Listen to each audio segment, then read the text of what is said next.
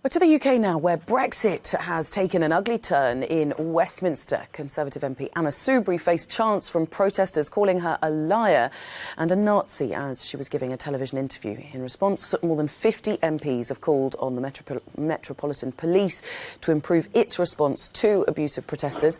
After it happened, another Brexit commentator, Femi Oluwole, filmed this video of Anna Soubry outside the Houses of Parliament.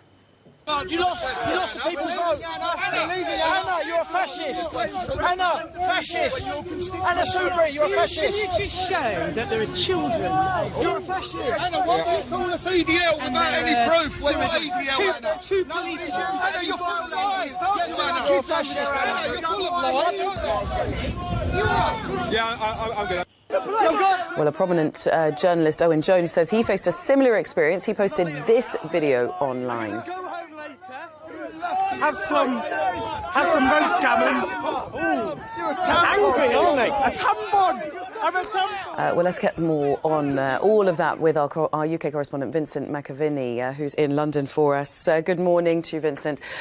Just give us a little bit of context, who these figures are that we just saw and what the response has been.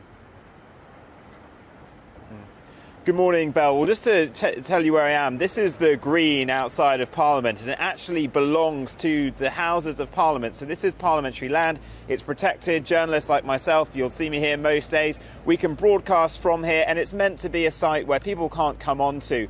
But over the past couple of months, as Brexit tensions have risen, there's been a growing number of daily protesters leave and remain here. And they've mostly been in good spirits. They've at times argued with each other, but it has been pretty pleasant, to be honest. But this element has come in, and we've seen them in the last couple of weeks, this far-right element that seems to be supporters of the likes of Tommy Robinson, and they have been incredibly abusive, hurling abusive language and insults to journalists, to politicians, and to some of those fellow protesters. Now, this little group saw Anna Soubry, who is a former minister. She is a Conservative MP, but she is a strong Remainer, and she's a former barrister. She's a former TV newsreader. She is tough as old boots.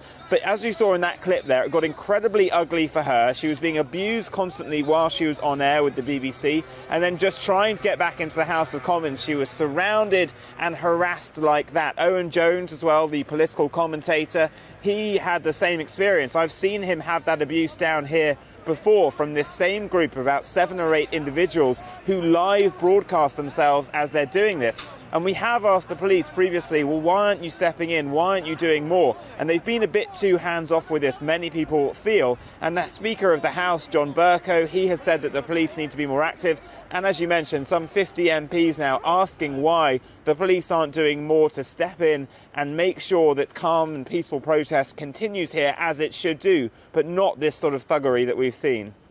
And, of course, all of this threatening to distract from the very important debates that are going on in those Houses of Parliament behind you. MPs, of course, returning to try to debate what's going to be a vote next week. Just bring us up to date with all of that.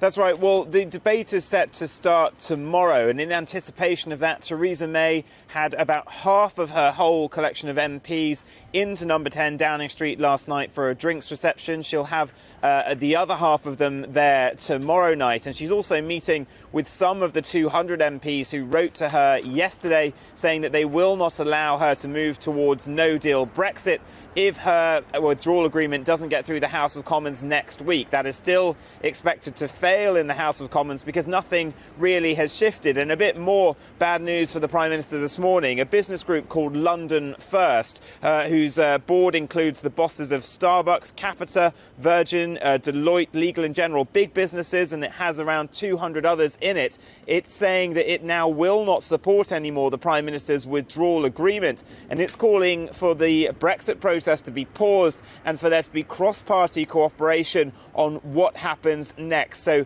more trouble for the Prime Minister as things here at Westminster still seem deadlocked, and that clock is now ticking down. We're under 11 weeks to go as some of the no-deal plans we saw yesterday kicked in with some of those trucks being stacked on the motorway. Things here not progressing too much, but the Prime Minister still has a lot of work to do. Yes, good morning from White Athens. I have to tell you that this morning everyone here woke up in a scenery that we're not used to. So, as you can understand, I have to tell you that we had this heavy snowfall the previous decade just 2 times, and I think it's the first time that this happens in this decade. So, as you understand, the country is not used to so much snow.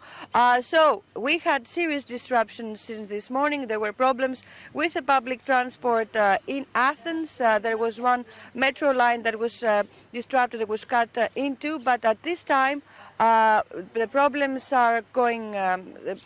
are leaving us. Fortunately, the biggest problem we have is with the national road, which is cut in 2. This is the road that connects the Greece, the north and the south of Greece. Is closed right now after a decision of the police, so that the drivers are not trapped, because there's still heavy snowfall in various parts of the national road. It's not snowing right now in Athens. The temperature is around 0 degrees. According to the meteorology agency, the weather will go back to normal for Athens after midday today. So let's enjoy the snow we have for now. He's the highest profile Catholic cleric to be embroiled in a paedophile scandal in France. Philippe Barbarin, the Archbishop of Lyon, arrived in court at the start of his 3-day trial, denying he had ever tried to cover up sexual abuse. I'll answer to the court. It's the court that summoned me today, and I've come to stand before it. Barbarin is accused of failing to report a priest who is said to have abused scouts in the 1980s and 90s. He did eventually remove him from his post after he said the Vatican had asked him to avoid a public scandal. The accusations came to light when an alleged victim described historic abuse accusations. Several were in court complaining that the church had tried to sweep abuse under the carpet. In the case of Cardinal Barbarin, Father Prena told him about what he'd done to children. The priest reassured Barbarin that he had not done it since, and on that basis Barbarin promoted him to dean a few years later. My thoughts today are first and foremost with the victims, the ones who are not here, the ones who could not speak. And I think that at last we will know the truth about the mechanism of silence. Barbarin's lawyer says his client never obstructed justice because the alleged abuse had taken place in Lyon years before his client had been made Archbishop of the city. By that time, the statute of limitations had passed. Barbarin's lawyer said his client wanted the facts to be established. What I conclude from this afternoon's proceedings, which appear to me to be really important, is to address the 1.3 billion Christians worldwide. Barbarin has assumed his responsibilities and comes here to say he was in charge at the time, but he needs to set the record straight. If found guilty of failing to report the priest's actions, Barbarin and 5 other defendants could face up to 3 years in prison and a €45,000 fine. But previous attempts to bring the case to trial failed due to insufficient evelyn Lavric, Euronews.